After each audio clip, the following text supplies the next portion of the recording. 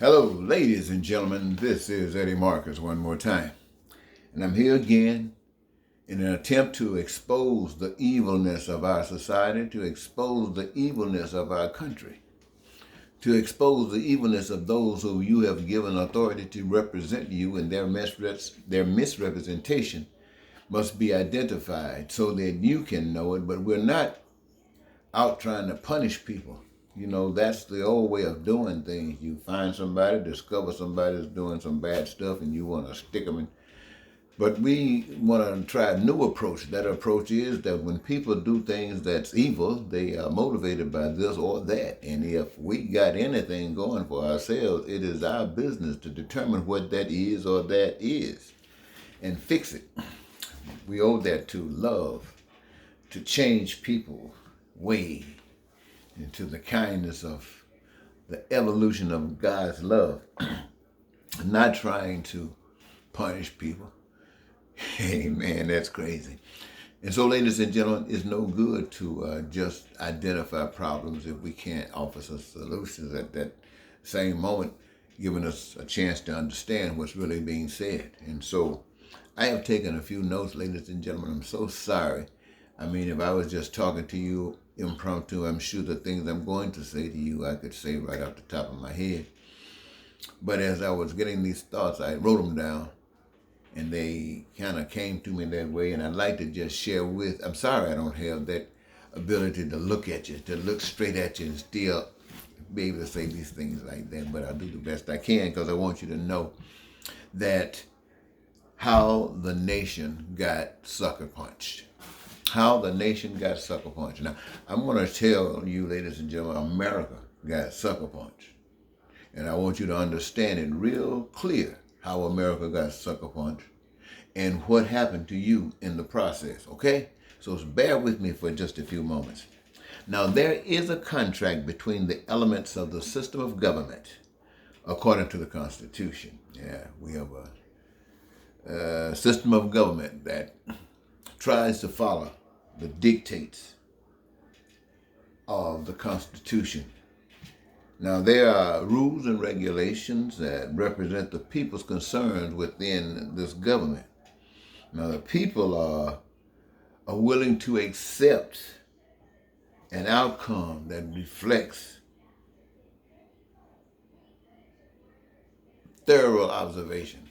I guess what I'm saying is that when people have rules and regulations set, and when issues come up, have to go through a thorough observation according to what the guidelines are to protect the interests of the people, then they can trust in them. So when they trust in that observation, it's okay. But now, that you can understand. But do you understand that the natives of this country got sucker punched? They got sucker punched when the settlers, when the intruders, when the so-called explorers, what did they do? They abused their friendship. They abused their friendship to do what? To steal and to take their land. You laughing and talking with somebody, and all of a sudden one day they trying to take your land and push you in the corner somewhere. I'm sure many of you know what that is. I wanted to mention that to you, but so what happened to the natives, so did it happen to this nation. Did this nation get sucker punched? When your U.S. president, named Donald Trump, he violated the rules and regulations of the office holder. And it required that he be dismissed from office. People voted it, impeached him. He went over to the Senate, who had the further authority to carry out this process to protect your interests, and they laughed at you and said, no, not today, not this one. He gets away. So they allowed his violation. They ignored the people. And the people became the victims. Those people that you pay and give all of this freedom to violated your trust. They sold you out. So when you've been sold out like that by your government, who do you turn to? Do you turn to the elements of the governmental system that betrayed you? Can the police themselves, or can any nation, or can any group? The nation that betrayed you are no longer under your authority. They are under the authority of another, as they together rob and take all that you have, as they did the natives. So you must reclaim your power, ladies and gentlemen. You must reclaim your voice. You must reclaim your vote and release them from their contract. Fire them. Now, what have I said in summary? I have said that people expected a certain thing from Donald Trump. If he had been caring about the interests of the people, maybe they could still see it. But he didn't and hasn't cared about the interests of the people at any point. Walked over every institution like it meant nothing. No one else could get away with it. It was just evil personified. And I guess people were just waiting for evil to come because people of the church started running over to evil side. They say, we don't worry about the man, but he can help us get power. He can give us power in the court so we can be the chief oppressor of other people's wills and other people's conduct. That's what they were saying. That's what that's all about. That's still evil. Evil, evil, evil. You can't get away from it any kind of way, ladies and gentlemen. It is straight up evil. So, you should, I would suggest, align yourselves with the new government. Yes.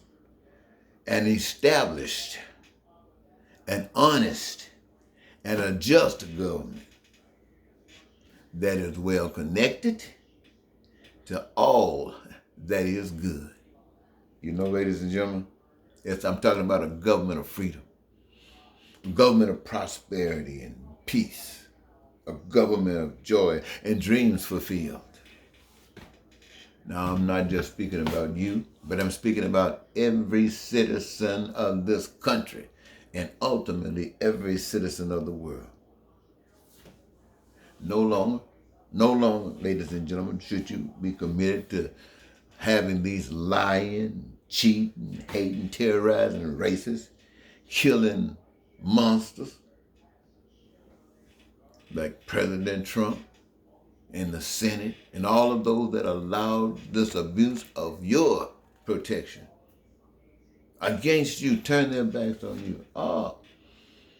You deserve much better than that if you claim it. Now, to continue under such economic and social guidance as these is an act of betrayal.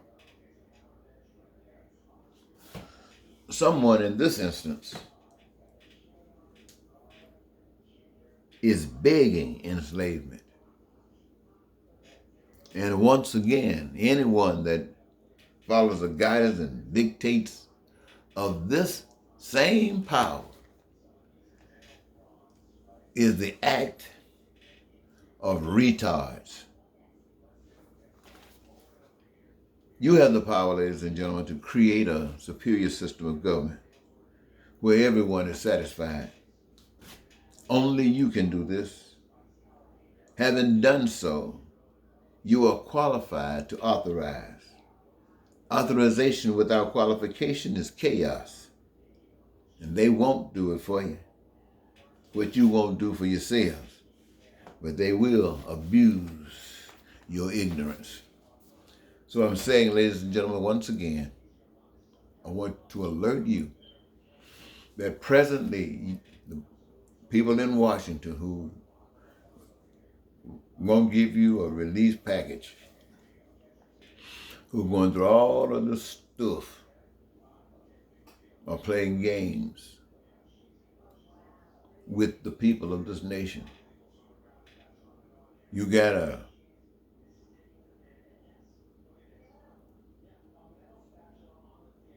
a rogue, a coup in Washington running the country. Right now, you got a coup running the country. And they're just trying to install it more. And you, the people, we, the people, all of us, seems to be helpless because the only power that we have is invisible. And very few people are willing to allow that invisible power to be embedded within them, or giving them the courage and the confidence and the authority to stand before the American people and tell them that you are being abused, you are being lied to, you are being chewed, you are acting like slaves, and it's not even your fault because you have been taught to be this from the day that you came into this universe. And right now, the things that you are constantly hearing from people like me sound like foreign language. You are so afraid to hear it, you don't know what to do, and with it, you're not going to do nothing but let it run through your ears until someone else stands up, and then you'll say, well, maybe there is something. And that time will be a time might be too late, because the purpose of this is not looking for leadership, ladies and gentlemen. I'm not trying to be your leader. And I'm not trying to make you think that there is one amongst you that is your leader. I want you to know there's one leader. And that's the power of the invisible spirit of creation. That is the power of God that dwells within each of us. And each of us have the same power and authority to deal with this world as we have been given. And there are none above us, nor are there any below us. And all of our power, if we've trusted in it, comes straight from our imagination and trusting in that power to do what we have been given to do. We have to realize, ladies and gentlemen, we're just a body. But there's something in us that allows us to do everything else that we do. And if we can understand and we can tap into the truth, that truth will set us free. And in our being free, we will do what we came into this earth to do. And that is everybody speaking truth to power. They are what they came in here. And the magnificent creative source of God has brought it together in such a way that there will be heavenliness right in the midst of this. We won't be dying to go to heaven. We'll be created every day. We will be experiencing it every day. So ladies and gentlemen, yes, I want to tell you, I want to introduce you to the God of love. I'm not talking about a God that's sitting on the Republican ticket and a God that's sitting on the Democratic ticket. I'm not talking about that kind of God. I'm not talking about a God that is a conservative and a God that is a liberal. No, I'm not talking about that kind of God. I want to introduce you to a God of love. A God of love. Now, I'm not going to say this God will save your life and won't let you die. I think that is already set, and we're going to all have to go through that. But I do know that there's a process that others keep coming along behind us. And if we take care of our business today, as late as it might be, then those that come up will have an example set before them, not just that we were doing something, but that we actually did something that they can benefit from. And not only benefit from it by engulfing what it was designed for, but be motivated themselves to make the next step, to lead themselves, not the world, to lead themselves. And by so leading yourself, you, by the power of God, is leading the world to take a step forward. And we can become all that we can be. So let me let you go, ladies and gentlemen. I talked to you almost 15 minutes. I just want you to know that it's worth it. I hope it's worth it that you listen to me. But it's not if all you're thinking about is voting for the lesser of your two evils, the lesser of the two evils that you have before you as President of the United States. Now, I want you to know, I recognize that you are going to, vote. You're going to go over there and vote. That's your voice. That's your power. Even though you know that what you're voting for is not the best, but it's the best of the other. And you're going to do that. So I'm not going to ask you not to vote.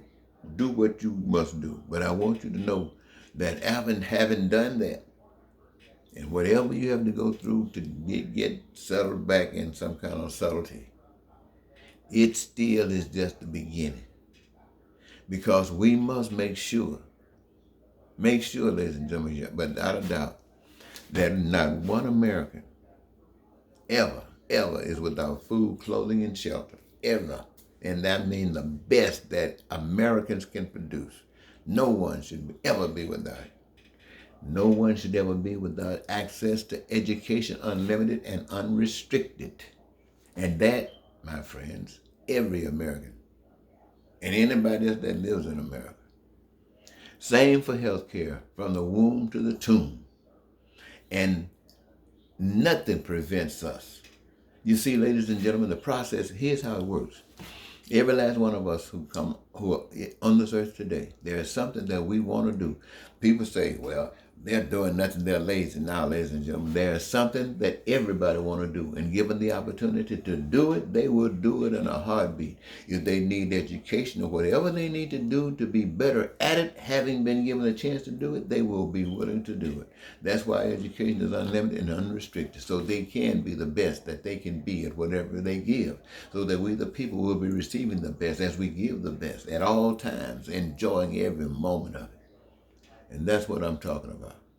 Every last one of us, we benefit from this. We benefit from food, clothing, shelter, education, healthcare, transportation, traveling all over the world. We benefit from living good. We benefit from smiling and partying and praising God with our arms lifted up, doing what we do every day as we create the goods and services that overflow our borders and go into other nations, that wattage of light about God will be seen everywhere, and people can say, look at what they're doing, and they can understand the God by which we operate from.